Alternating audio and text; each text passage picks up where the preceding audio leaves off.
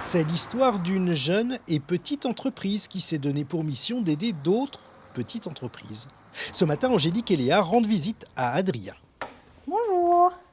un artisan décorateur qui emploie une dizaine de salariés. On a essayé de bosser sur le tableau de bord depuis, on a bien avancé là. Sur LinkedIn. Objet de cette rencontre, mettre en place un outil pour l'aider dans sa gestion quotidienne. C'est surtout la relation humaine. Moi, je travaille beaucoup à l'affinité. Là, avec Angélique et Léa, l'affinité est passée rapidement et facilement, on va dire.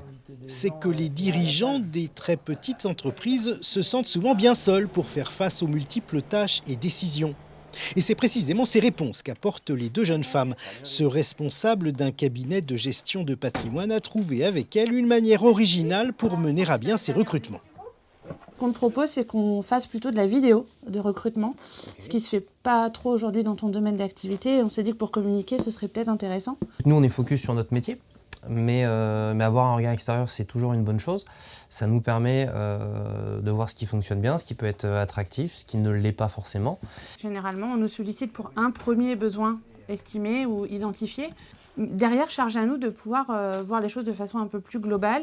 C'est la chance qu'on a, c'est qu'on a une vision très large du monde de l'entreprise et on va pouvoir redécortiquer. C'est ce qu'on a vu avec Mathieu.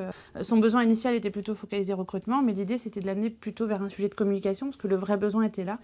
Dans leur vie d'avant, Angélique et Léa travaillaient dans un cabinet d'expertise comptable. C'est grâce à cette expérience qu'elles ont conçu leur propre entreprise. On s'est rendu compte dans notre précédente expérience où on était en contact avec les très petites entreprises qu'ils étaient accompagnés sur la partie réglementaire parce que c'était obligatoire, mais que très souvent ils étaient un petit peu abandonnés sur la partie plutôt fonction support. Et très souvent les très petites entreprises ont du mal à se tourner vers des gros cabinets parce qu'ils considèrent que c'est plutôt réservé aux PME.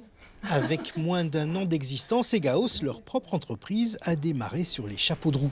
Elle vient d'ailleurs tout récemment de remporter le trophée de l'entrepreneuriat au féminin.